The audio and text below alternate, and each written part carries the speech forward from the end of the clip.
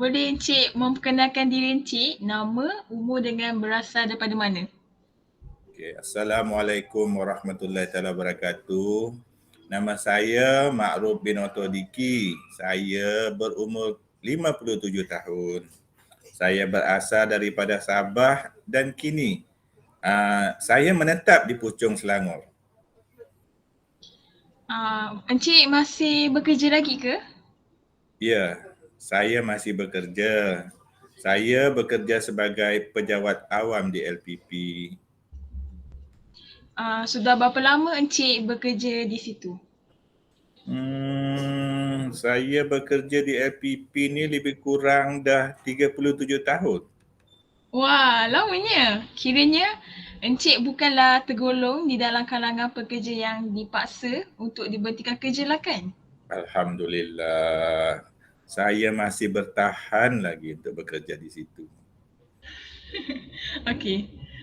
Okey, kalau begitu, sudah tentu Encik juga antara yang terkesan juga dengan pandemik COVID-19 ini.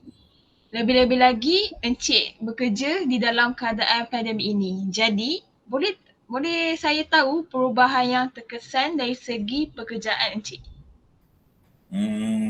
Ketika pandemik COVID-19 melanda ke negara kita, kita dikejutkan dengan pengumuman Perintah Kawalan Pergerakan daripada bekas Perdana Menteri kita iaitu Tan Sri Dato' Haji Muhyiddin Yassin.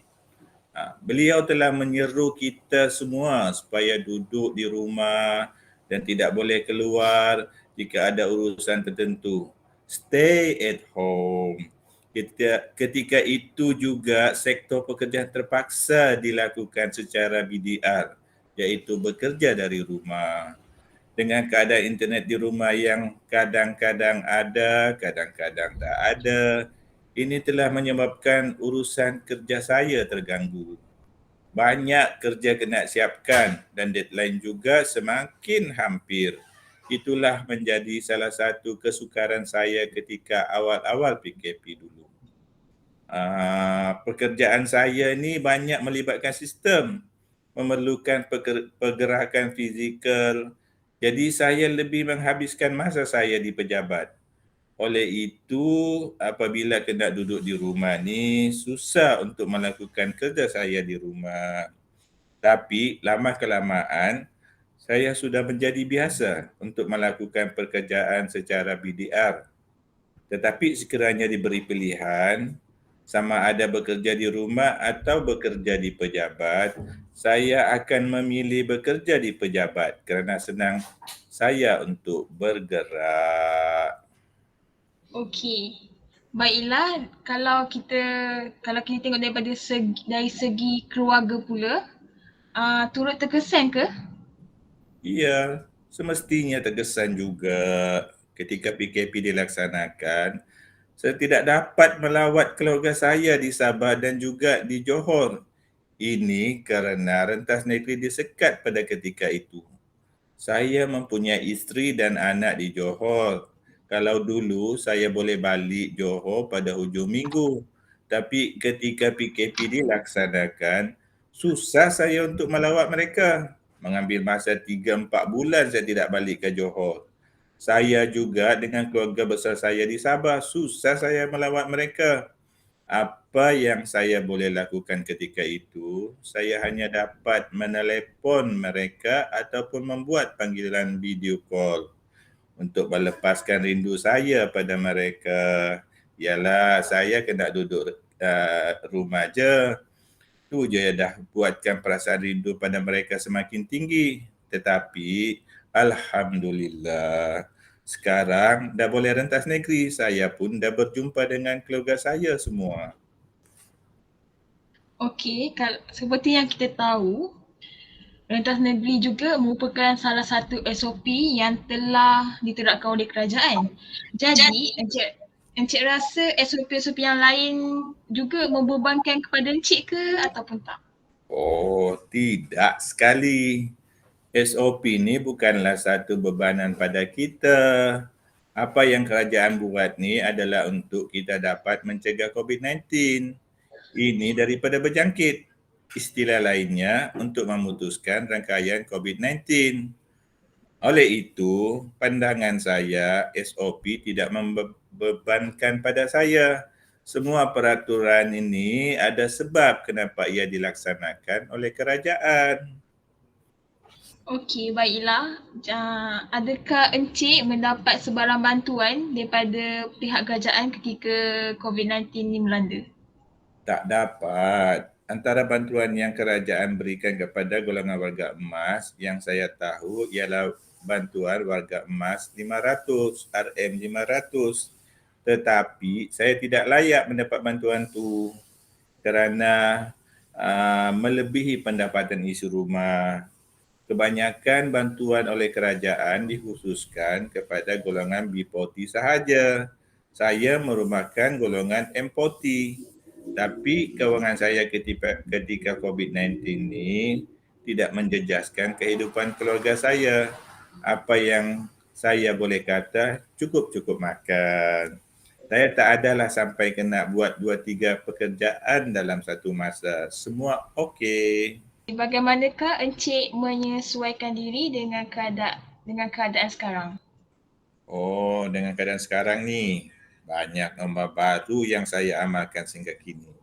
Sebelum ni, kita tak pakai mask. Sekarang kita diwajibkan pakai mask.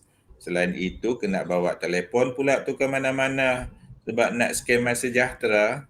Dulu saya jarang bawa telefon untuk pergi kedai runcit tau. Sebab nak beli barang sikit je. Tapi sekarang kena bawa telefon. Dekat MySejahtera pula kena update selalu supaya senang kita nak tahu sama ada kita ni ada kontak rapat dengan pesakit COVID-19. Okey, Encik sudah vaksin? Vaksin. Pakcik ni dah 3 dos. First dose pada Julai, 7 Julai. Dos kedua 28 Julai. Yang terakhir booster pada 18 November. Okey, apa perasaan Encik sebelum dan selepas divaksin? Okey, perasaan sebelum divaksin, saya ada perasaan was-was dan tak yakin. Yalah, vaksin ni merupakan perkara baru untuk kita kan. Ada yang menerima, ada yang menolak. Bagi saya dengan sentiasa mengikuti perkembangan di media sosial dan buletin utama, perasaan was-was saya tentang vaksin semakin berkurang. Dan saya antara orang terawal di dalam keluarga saya mendapat suntikan vaksin COVID-19. Selepas divaksin, saya mempunyai keyakinan kerana mempunyai antibodi yang kuat menghalang daripada terkena jangkitan COVID-19. Dengan penambahan vaksin booster pada diri saya, makin bertambah-tambah yakin antibodi saya dah kuat. Okey. Akan tetapi saya juga sentiasa berjaga-jaga dengan memakai mask, guna hand sanitizer dan mengelakkan diri daripada tempat yang seksa walaupun saya dah ada 3 dos. Bagi saya, walaupun kita dah ada 3 dos di dalam badan, tak semestinya kebal. Kena berjaga-jaga juga. Tambah lagi saya ni dah tua, dah berumur. Okey, keluarga Encik ada tak menghalang Encik untuk mendapatkan vaksin ini kerana faktor umur? No. Tak adalah. Keluarga saya semua mengambil suntikan vaksin. Umur macam saya ni memang memerlukan suntikan COVID-19 kerana kadar kematian disebabkan COVID ni semuanya dari golongan orang warga emas tau. Walaupun saya tidak mempunyai sejarah penyakit yang kronik, saya tetap memilih untuk mendapatkan suntikan vaksin. Kalau ada booster yang keempat, kelima, keenam pun saya akan ambil. Okey. Okey. Apakah pengajaran yang Encik pelajari daripada COVID-19 ini? Pengajaran Okey, kita seharusnya bersedia dari segi fizikal, mental dan ekonomi. Kenapa perlu bersedia pada fizikal dan mental? Kerana perkara mengejut sebegini boleh merosakkan fizikal dan mental kita. Lebih-lebih lagi kena duduk dalam rumah seorang-seorang. Tidak boleh merentas daerah maupun negeri untuk berjumpa keluarga. Ekonomi juga perlu tersedia kerana kalau kita dipaksa untuk diberhentikan kerja dengan mempunyai ekonomi yang kukuh, kita masih survive sebab kita ada simpanan untuk kita bertahan pendapatan keluarga kita. Musibah ini akan datang tanpa dijangka. Oleh itu, kita seharusnya bersiap sedia dari segi fizikal, mental dan ekonomi.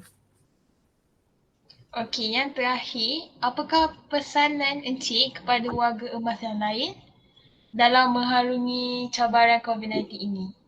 Okey, pesanan saya. So, kita hendaklah sentiasa menjaga kesihatan diri dan update selalu MySejahtera. Jangan pergi ke tempat yang sesak. Lebih baik duduk di rumah kalau tidak ada apa-apa perkara yang nak dibuat di luar. Untuk mengelakkan diri daripada rasa kesunyian, kita perlulah sentiasa bersifat positif, selalu membuat amal ibadah, muhasabah diri, sentiasa ikut saranan KKM. Jangan terpedaya dengan berita palsu. No, no, no, no. Jangan sekali percaya berita palsu. Sentiasa membaca info yang betul dan jangan lupa ambil vaksin.